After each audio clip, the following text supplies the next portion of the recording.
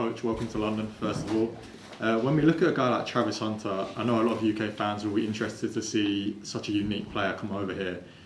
As far as coaching is concerned, there's no real blueprints for a player like this. How are you enjoying the challenge of working out how to work with him, how best to use him, how not to use him? How are you enjoying that challenge? Is it fun, challenging? Yeah, it is. That's a lot of reason why you coach, is, as you mentioned, is to accept challenges, try to overcome challenges.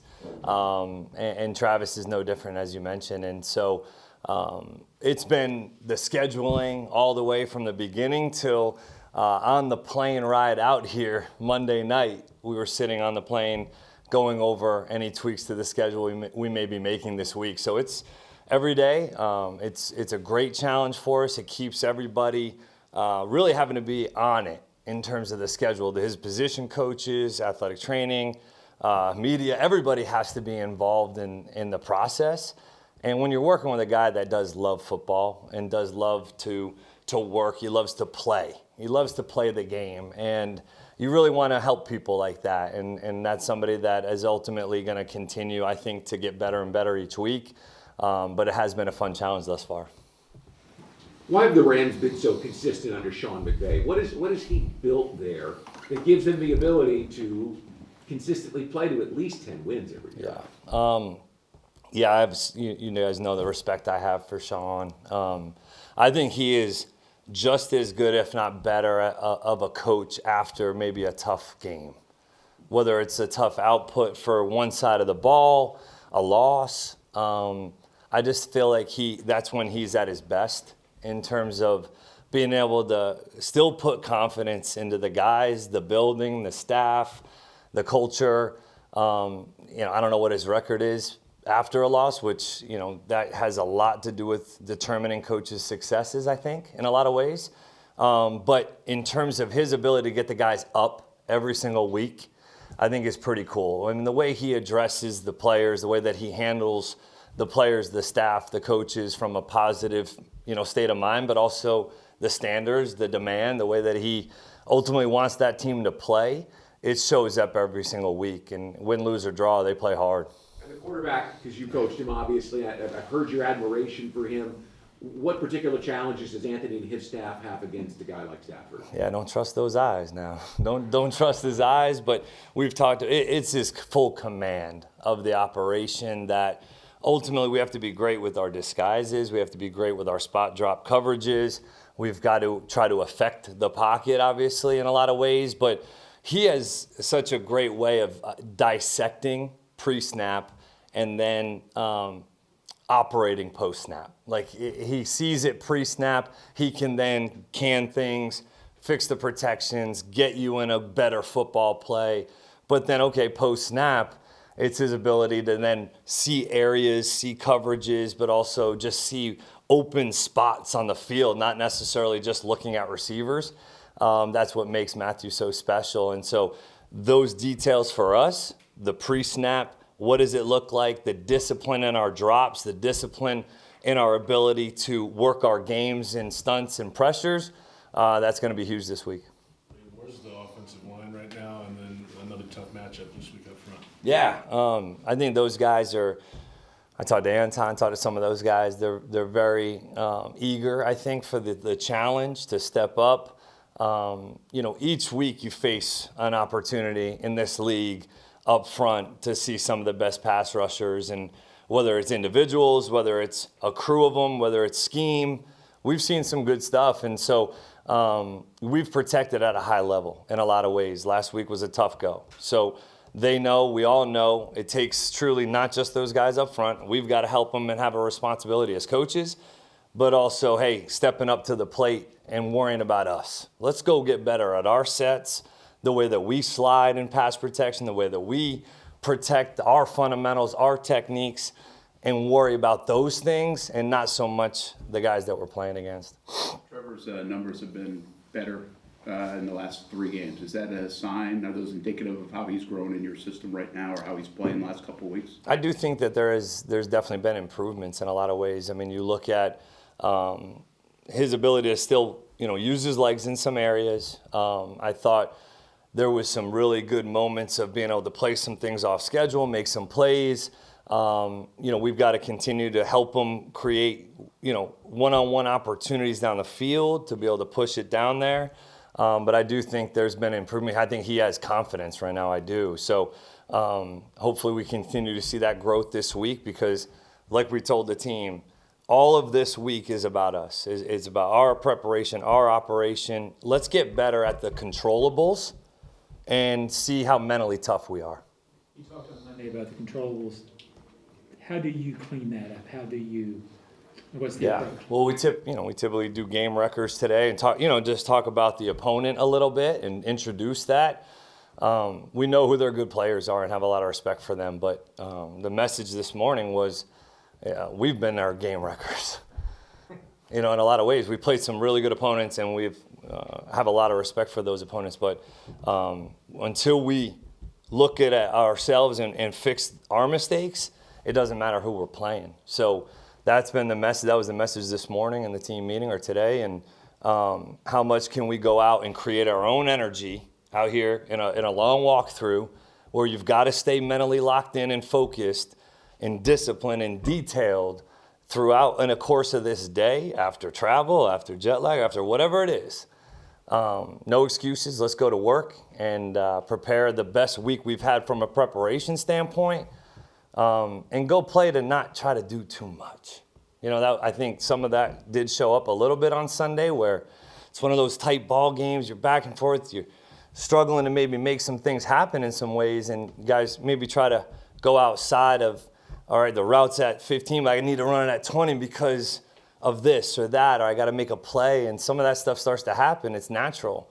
But we need to let the game also come to us that way and not try to press and do too much. How much are you missing, or how much is there with Travis in more of the explosive game to be able to get more out of the reps that he is getting on the offensive side of the ball? Yeah, I think it's obviously, scheming them open is part of it, is the number one, is my job ultimately, our job as an offensive staff to make sure we're putting him in the progression and putting him in the position to be number one as, a little bit more often in some ways. And then when he is the primary, hey, we got to throw and catch. We got to make sure that we identify it, find them, be able to be at the right spot at the right time. We just had this conversation. So it's, I think it's a combination of a lot of those things that ultimately can all be controlled, right? We can't always say the ball is going to get thrown to one person based on any play unless it's just they're spitting it to them and giving them a ball in hand touch. Down the field, there's elements to that, especially when you're not getting a lot of one-on-one man coverage, which last week in Seattle was all shell, cover two, soft, kind of letting nothing get behind them. So that's got to be a little bit predicated on what we're seeing, but also making sure we're doing our jobs as coaches. And he's doing his job to be in the right spot at the right time, and Trevor's able to deliver it because it's great protection. It's all it takes, all 11. Coach, I wanted to ask, what's your previous experience of trips overseas to play games over here? Yeah, in 2019, was able to come out here with the Rams, and that was a cool experience. We stayed here, practiced here, was able to get down. I love London. It's my wife's favorite city. She's out shopping currently, so I'm really excited to see what that looks like. But and then this organization has done this for a long time, and there's pride in this trip for us. Our ownership, it means a lot to him, and how his presence is in this city as well. And so, if he has pride in it, we have pride in it as well. And I think our players and staff members that put this whole thing together take a lot of pride in what they're doing, and so it's a great experience and opportunity for us. You mentioned jet lag earlier. Obviously, last year a hurricane delayed your progress over to these shores, but you've arrived this time nice and early on the Tuesday. The Rams aren't getting here until Saturday. Do you think that gives the Jags an advantage? I don't know. I fully understand, working with Sean, knowing their sports science behind why they are leaving later, and we had the same opportunity to make that decision, and we just chose to come a little bit earlier, more so because we've got the bye afterwards, and so we can not have to deal with getting back into our time zone as quickly as we would need to if we were playing a game the following week. So is it an advantage? I don't know. There's sports science that kind of supports both. And so I just thought it was a great opportunity for our guys to get here, be able to be together a little bit more, have a little bit more continuity. It just came at the right time after a loss, and our guys are excited, I think, to be able to play out here and be in that stadium playing on Sunday. Rayon Lane continues to make plays on special teams. Can you just talk a little bit about what he brings to that group? Yeah, Ray's got some swagger, man.